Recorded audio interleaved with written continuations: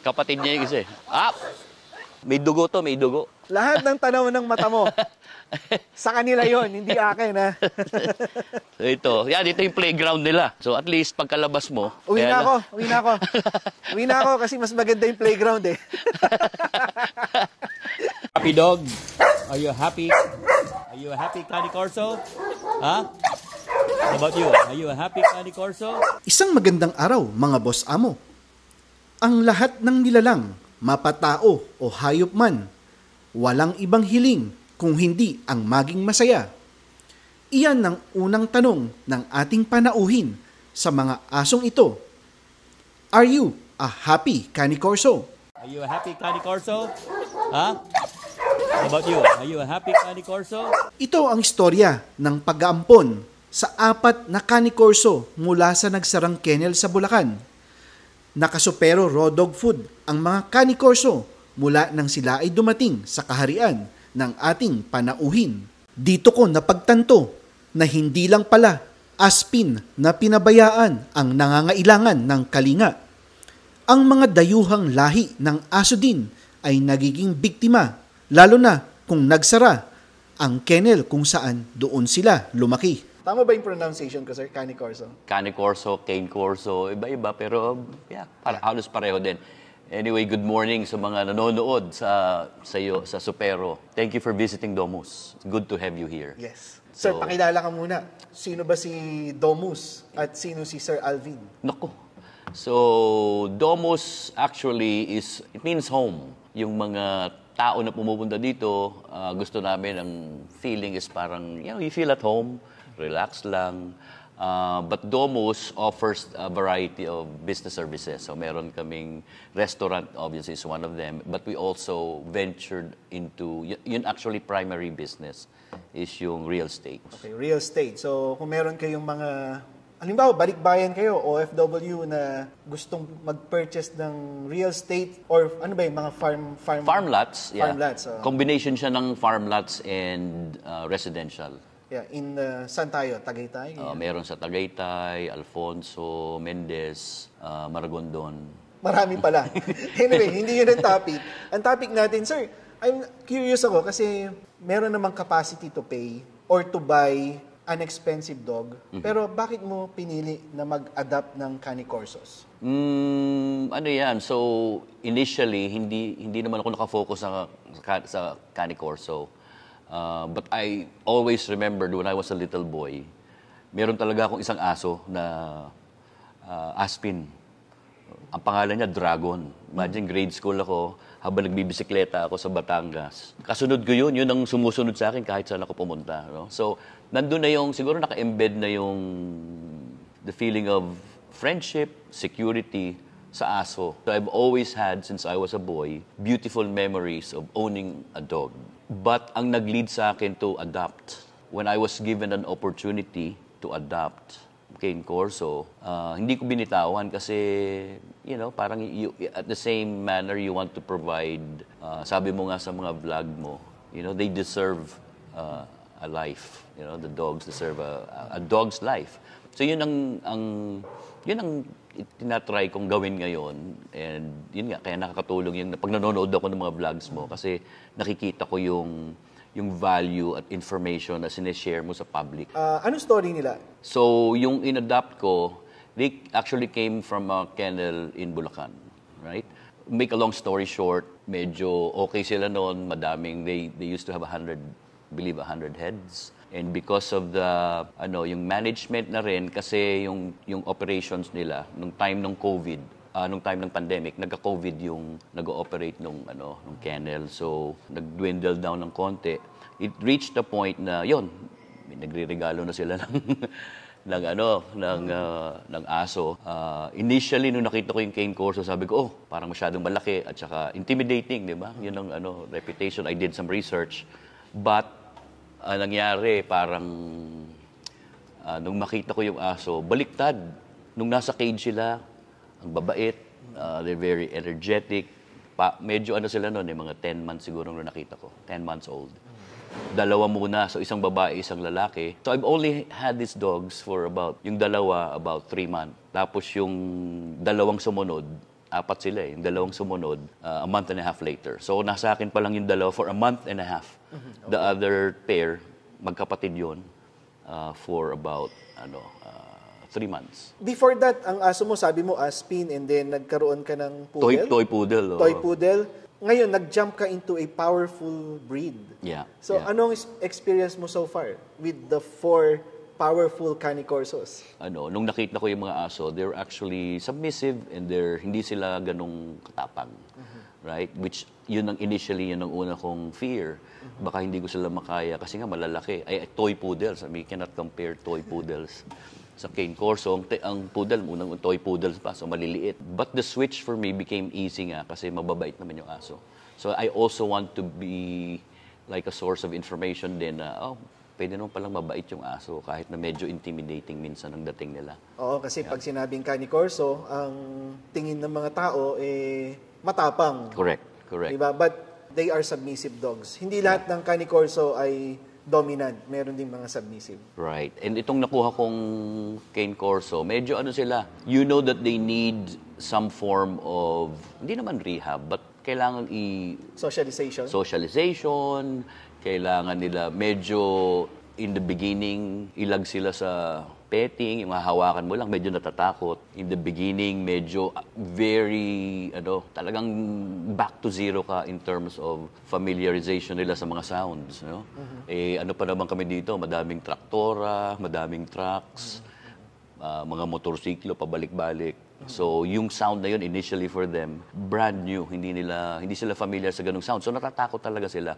And I think you'll still see that kind of behavior mamaya. Medyo takot pa sa tao, medyo But I think they're on their way to recovery. And I think, for me as a dog owner, yun ang reward ko na to see them recover from that. And slowly, you have to be patient kasi, yun nga, imagine yung isang pares, they're about 11 months old. Magwa 1 year pa lang ngayong March. The other pair they're about maybe 1.5 to 2 years old. So medyo meron ng sariling mundo. But it's good to see them transform. Yung dalawa pa lang, yung in a month and a half, malaki na yung pinagbago. Anong activities nila, sir? We're lucky enough na, ang problema ko kasi, isa pa to, ang problema ko kasi hindi sila pwede sa loob ng bahay. Gusto ko sana sa loob ng bahay, but hindi pwede. So, nagpagawa kami before I even got them. I think nakapakita ko sa iyo before. Nagpagawa kami ng kennel. Yeah, we have an extra space dun sa may tabi ng tower. So nagpagawa ako doon. Katabi lang 'yun ng garden. So strategically, logistically, madali silang ilabas tapos dalahin dun sa garden. Doon marami silang space to run around. So meron kaming area doon na pwede silang maglakad every day. Kasi, di ba makasabihan nga, a dog is a man's best friend. And I think that's true. I think totoo yun. Considering 3 months ko pa lang sila kilala and considering a month and a half ko pa lang sila kilala, nakikita ko sila, masayang-masaya sila. Aalis ako, balik ako ng after 1 hour. Wala pang minsan under 1 hour. Tuwang-tuwa sila, parang isang linggo na kami hindi nagkikita, di ba? Parang ganun ang excitement. Then ang impact nun sa'yo? Ang impact nun sa akin is, they are indeed man's best friend, di ba? Ganun ang dating sa akin. Minsan hindi mo na isipin yung pagkain, di ba? Gusto mo maibigay sa kanila yung what they deserve. Sabi mo nga, ako nga minsan, I think I have shortcomings being a dog owner kasi busy din tayo, di ba? Meron tayong mga ginagawa. But you would like to find time. Gusto mo kung magiging dog owner ka, whether it's isa or 4 na po yung iba, di ba? Then you would set aside time for them. Kasi kung wala kang oras, I don't think kahit gano'ng kadami ng pwede mong gastusin naman sa mga aso, I think they will not get what they deserve. Kung wala kang oras. Dapat may kombinasyon, yung time and resources, and of course, the love for the dogs. Yeah. Sa mga gustong mag-adapt, yung mga kapanood nito na gustong sundan yung makikita nila sa vlog na to, anong mapapayo mo sa kanila? First of all, you have to assess yourself. What's the main reason? Know why you're adapting. Diba? Yeah. I have to be honest, ang unang reason ko is gusto ko matanggal yung stress ko. Pangalawa is, alam ko, pag nagkaaso ako, mapipilitan ako maglakad. Di ba? Exercise. Parang yung pack walk mo, di ba? May exercise ka kahit whether you do it for an hour or a few minutes every day. Hindi na ako kailangan maghanap ng companion pag naglalakad. Whether, di ba, kahit pa isa-isa lang, ikot ko lang. Alam ko, dati hindi ko ginagawa eh. Ngayon, I look forward to it every morning, di ba? Ito yung babae, ito yung lalaki. Ito yung lalaki. Ito, less than a year, no? Oh, ano yan? 11 months. 12 ngayong March. Tapos ito yung ano. Pogi ito. Hey, Pogi. Hey, Pogi. Hey, Pogi. Hey, Pogi. No? Sabi, sino na naman to? No? Hershey. Hershey, Then ito, Mocha. Mocha. Oo. Ano yung Mga aso. Ang pinangalan ko sa kanila, yung pangalan ng mga aso ko dati. Para unang tawag ko pa lang, Oo. may meaning na kagad. So, yung toy poodle ko dati, yung nawala na, si Hershey yun. Hershey. Okay. So, pinangalan ko, para ano, alam mo yun? Parang more- reincarnation. Oo, parang reincarnation, kaya lang mas malaki. Oo. Diba? So, yan lahat ng pangalan nila, ganun. May aso din akong Bella, may aso akong Actually, yung bata ako, yung kinikwento ko sa'yo, ano yun, Dragon pangalan. Eh, sabi ko, wag naman Dragon. Dragon na lang, Drago. Mas bagay eh, no? Sige. Pakawalan natin. Oo, ano natin, doon tayo. Daling ko na lang si Hershey. Ito, excited to. Excited tong isang to, oh. No? No? Oo. Ano siya, hyper. Meron siyang... Hey, Bella. Punasan ko yung... Kapunasan na yan, sir. Nadaling ko si Hershey. Galing. Sa garden na lang. Akala ko may daan ka dito, diretso sa garden. Wala pa. Alam mo, naisip ko na yon. Kaya lang, sabi ko, dito na lang. Go. Yung ugali ng Let's aso go. na ganito, etong delikado. Kita mo? Ha? Yang ganyan. Ayun siya. Hello. Oh, amoy-amoy. Amoy-amoy. Let's go. Up. Come on, come on, come on. Let's go. Let's go. Di ba? Oh. Ganda. Ha? Ganda. Hinihintay yung Ang pinagpalit ko. Ang ganda ng top line. Ito yung ano.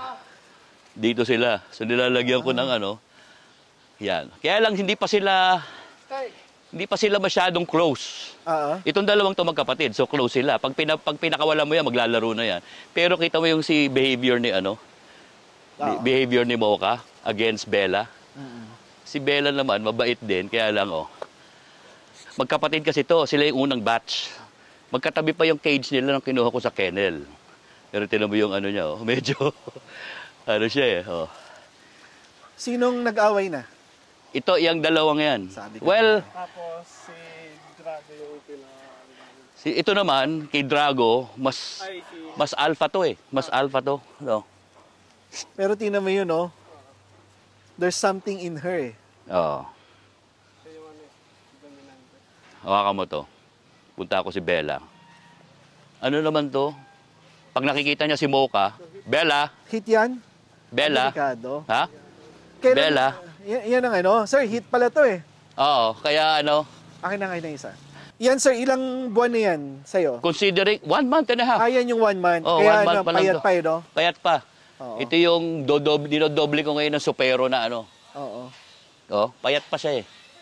So 1 month and a half pala. Actually, itong ano na to, medyo nagkalaman na to. Yan. Oo. Okay. Mas payat pa siya nung ano. Naka-fixated siya kay Mocha eh, yung babae. Well, pwedeng kasi hit to, eh. Lalo ng ano. Kaya ano. Mga babae talaga, ang hirap may spelling. Kahit sa aso, ang hirap nilang spelling. 'Di ba? May ano siya? Ganda. Kung Maba- siya ay 1 year old, Oo. Magwawan ngayong March. Ano to? Kala mo lang ano pero 'di ba, Harsh? maganda attitude. Maganda ang attitude niya. No? No? Ganda yung attitude mo. Pati si Mocha ito. Yung isa hyper na hyper pero paglabas medyo kalmado din. Pinapakawalan nyo dito, sir? Ito, up 1 pair at a time. So itong dalawa pwede. Actually ito at saka yung si Bella, sila yung pinag-partner kasi magkapatid sila eh. So yun ang pinag-partner ko tapos silang dalawa. Ano na yan? Up. O, dalawa. O, laro kayo. Wait. Ano yan pag naglaro yan? O, game. Nabubulugin niya yan. Yan ang favorite toy nila, yung leash nila.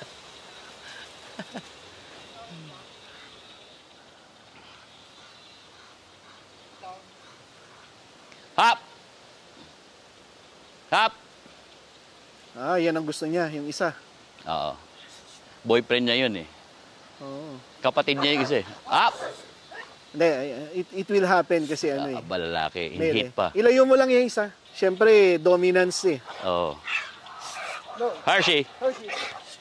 Hershey! Hershey! Hershey! Hersh! Hindi, ayan.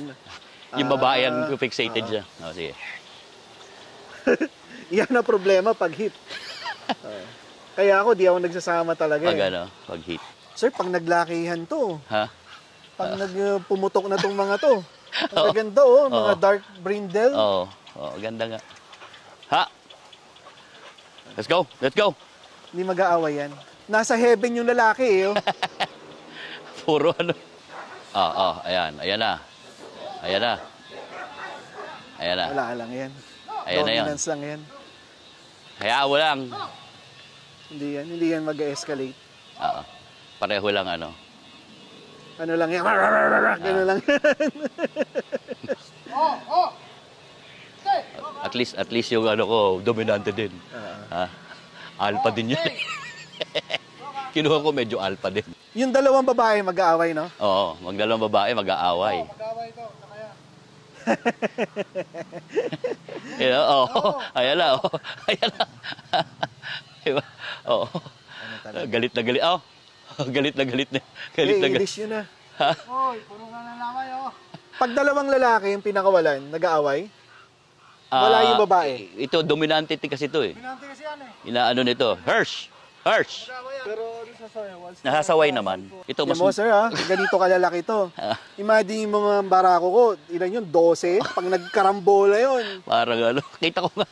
Sabi ko, Dagundong talaga sa buong sa kennel, barangay. Grabe yun. Pero considering mababait sila. Di ba? Ano sila? Mababait sila. Tama, nakalapit ako eh. Oo, mababait sila. Mababait itong mga to. Mocha. Mocha, no? Mocha. Ito magkapatid. Mocha, Hershey. Hershey, Bella. Yung Bella. Yung Drago yun. Drago. May dugo to, may dugo. Tingnan Saan, mo. sir? Yan o. Sa gilagid? Oh, sa ano? Okay lang yun. Nahagip lang. Tiyan mo kung gaano ka frustrated, oh. Daming titi, oh. So, pag ganito, wala kang ma-achieve. Behavior-wise, wala. Kasi, In hit, ano yan, nakafocus sa ano. sexually frustrated.